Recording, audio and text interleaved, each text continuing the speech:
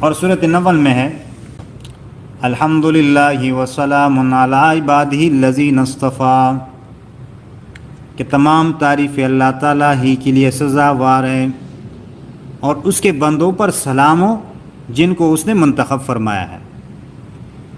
اس آیت سے پہلے حضرت صالح علیہ السلام ان کی قوم کا ذکر ہے کہ اس کی تکذیب کرنے والی قوم کو کس طرح تباہ برباد کیا گیا اور ایمان والوں کو کس طرح بچایا گیا۔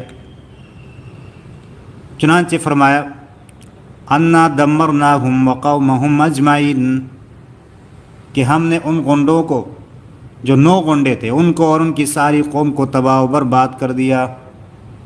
اور مومنین کے بارے میں فرمایا وَأَنْجَيْنَا الَّذِينَ آمَنُوا وَكَانُوا يَتَّقُونَ، اور ہم نے ان ایمان والوں کو جو ہر وقت اللہ سے ڈرتے رہتے تھے بچا لیا۔